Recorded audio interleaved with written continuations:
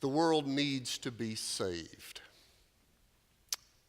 3 headlines from this week. This week.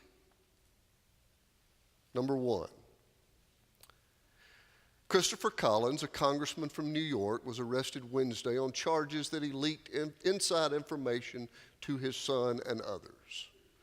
Mr. Collins is on the board of a biotech firm, and after learning at the board meeting that their research was failing, he allegedly told his son and others, who then dumped their stock before the news went public, saving them hundreds of thousands of dollars. Headline number 2. This week, aide and cabinet member to former Atlanta Mayor Kasim Reed accused of accepting a bribe. According to prosecutors, Katrina Taylor Parks accepted a bribe in exchange for a government contract. Headline number 3. This week, a Metro Atlanta man was arrested in New Mexico. Authorities claim that he and 4 relatives set up a ragged desert compound. They kept children there, ages 1 through 15.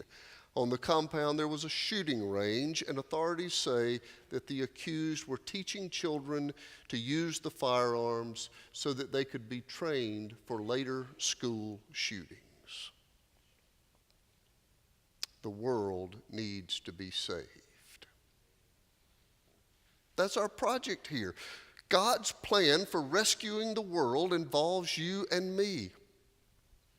We are first transformed by the love of God in Christ, and then we become agents of that good news in the world. And each week, we gather in here to just peel back a little bit of the kingdom, to get a glimpse, perhaps one week, on its claim on us. Another week, its demands for us. Another week, its blessing to us. Each week, we look at another piece.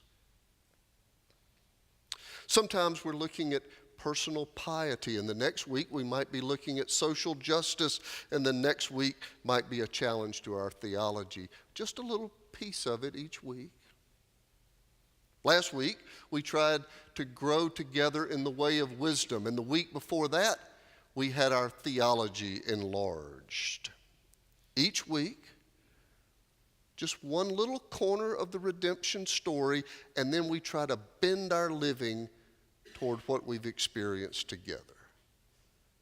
Looking at just one corner of the tapestry, never the whole thing at once. But if we did, if we let the lens go wide and pan way, way back, we would see that all of what we're doing, Sunday school and worship and trips to pick peaches and Wednesday night meals and service projects and giving campaigns, all of it is in service to God's plan to rescue the world. We are agents on the ground on God's behalf, on God's big redemption project to reclaim the world through love, because the world needs to be saved. Now, this project for our church can seem too big to take seriously. Now, for instance, if a local food bank had as its mission to end world hunger, we'd roll our eyes a little bit. It's a little ambitious for a local food bank. So if a church on the corner of East Wesley and Peachtree declares that we're partners with God to save the world, it might get a funny look too. So how do we think about our role in God's great big love project? Well, I've been giving attention to that very question over the last several months. Who are we? What is our unique mission? What is our role to play in what God is doing in the world? I've been meeting with staff. I've been talking to the deacons. I've been combing through the documents. You remember a couple of years back when we did the big ATL project and we all gave input into that project? I went back through those documents, looking for language, looking for themes, and asking, how do we talk about our distinctiveness our particular calling in God's drama. What is the mission of Second-Ponce Baptist Church? However you phrase the mission, it always comes out in two parts. We exist for two primary purposes. One is private, one is public. One part of the mission is to impact the individual, one part is to impact the culture. One is to transform, to disciple the singular person into a mature Christ follower. The second is to join God in saving a world that needs to be saved. And good mission statements point to both of those things. And our current mission statement says it well. To know Christ and to make him known. To know Christ, singular disciple making. To make him known, evangelistic impact on the world. I like our current mission statement, but I am also proposing a change. I'm proposing new wording for these two vital functions of the church that uses our own personalized language. Our current mission statement, which I said I like, is used by many churches. It is not particular to us. I Googled it. It pops up as mission statement for all kind of congregations, Baptist, Methodist, Lutheran, others, and why not? It is a fine statement. But I think it will help all of us to talk more clearly about our commitment to this place if we can understand and declare with clarity why we exist. This is my proposal for a new mission statement for Second-Ponce. To follow the way of Jesus, to bless Atlanta through love together. It's also in two parts, you noticed. To follow the way of Jesus. I'm going to talk about that today. Next week, we're going to come back, and I'm going to talk about to bless Atlanta through love together. Know and follow are both good words, but I like the word follow better, and here's why. In our current use of the phrase, to know, the language can be passive. You don't have to get out of your pajamas to know, but follow is action. To follow, you've got to get up and tie your shoes. Following has the action required to be a more fully formed disciple. And we follow the way of Jesus. Now, before you say too quickly, well, duh, believe it or not, if you don't have a clear focus on Jesus, Jesus can get lost at church. Last year, the Barna Research Group had a startling headline announcing that only a small percentage of practicing Christians hold a biblical worldview, whatever that is. Well, they went on to define what a biblical worldview is in their mind. And the most disturbing part of their definition to me about a biblical worldview is that it was void of a basic call to follow Jesus. In fact, Jesus was hardly mentioned at all in a biblical worldview. Without Jesus, or rather without focus, Jesus can get lost even in church. In 1996, I attended a panel discussion of young Baptist leaders who were discussing the future of the church. Most of them were in their early 40s, and older Baptist leaders were already beginning to see that the shift was happening in religion in America. They wanted to hear from some of the smartest, sharpest young minds in all of Baptist life about what they thought about the future. One of the recruited superstars on that panel was Dr. David Hull. He was up there on the panel. I know it's hard to believe, but he was young. He was a young leader among Baptists. They discussed demographic trends and stodgy church practices and structures, and they offered insights about how younger Americans process faith questions and all of that. Well, we were an hour or so into the discussion when Dr. Lloyd Allen popped up. Dr. Allen has been in this church before. You know him. He was young once too. He was in his early 40s at the time and part of that panel, and he piped up and said this. He said, "We've been here for more than an hour talking about the future of the church, and nobody's mentioned Jesus. I think the future of the church is going to have a lot to do with Jesus." Even Jesus can get lost in church. I want us to say without ambivalence that we are Jesus people.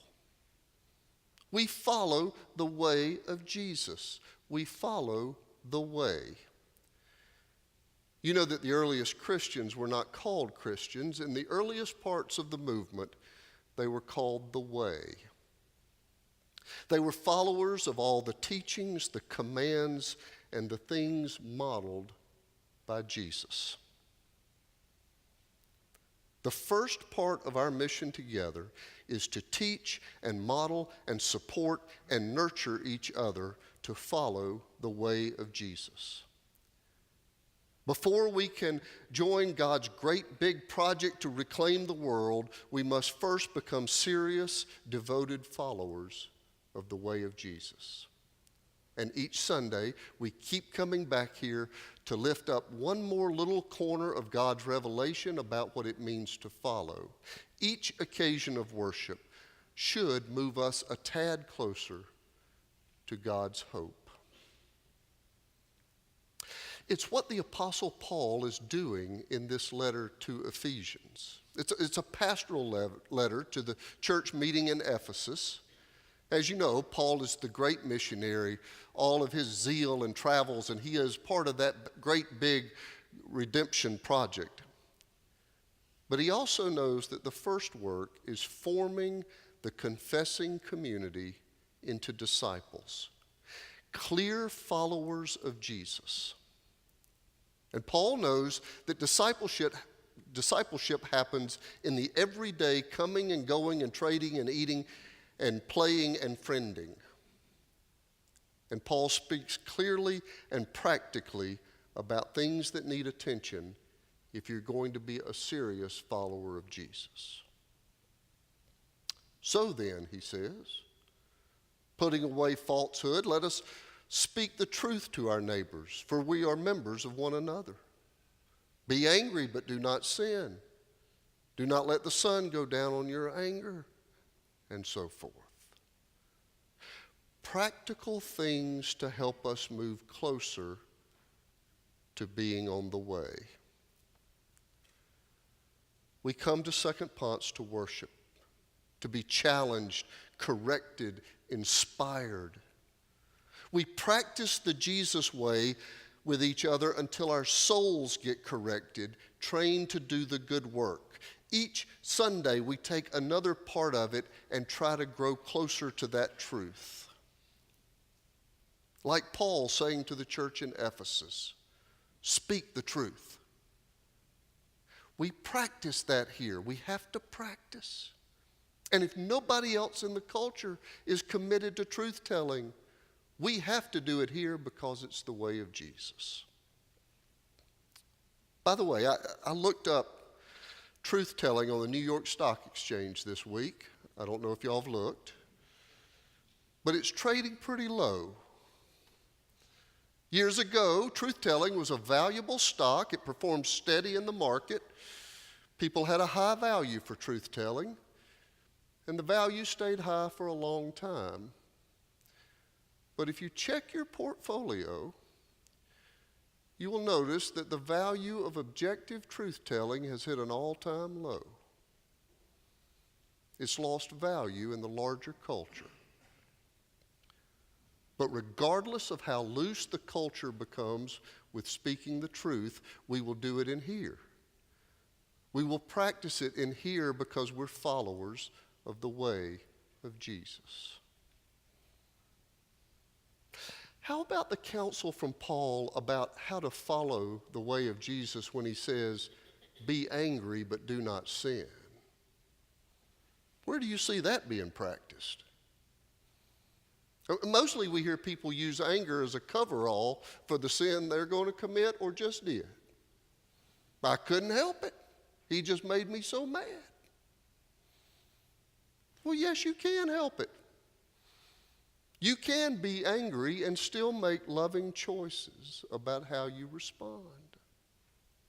It's hard, of course. It requires training.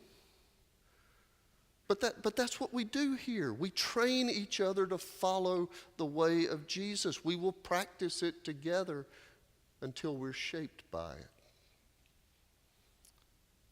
Paul says, let no evil come out of your mouths, but only what is useful for building up.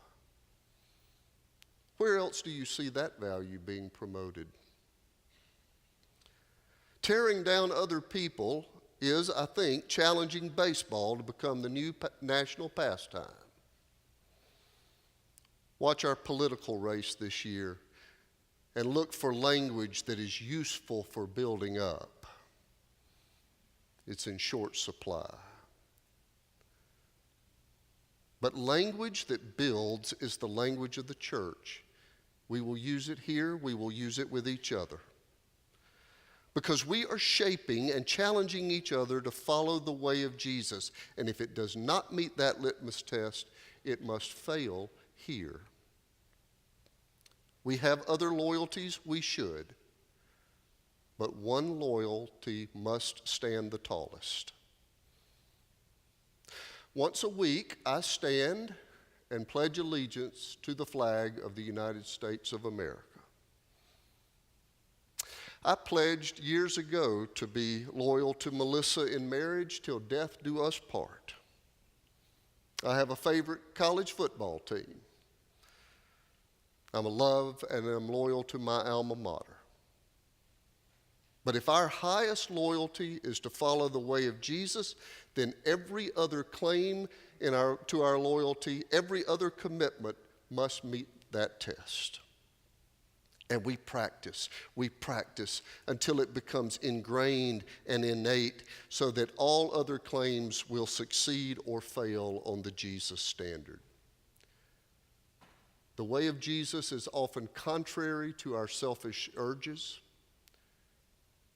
It will sometimes challenge our family story, and it hurts.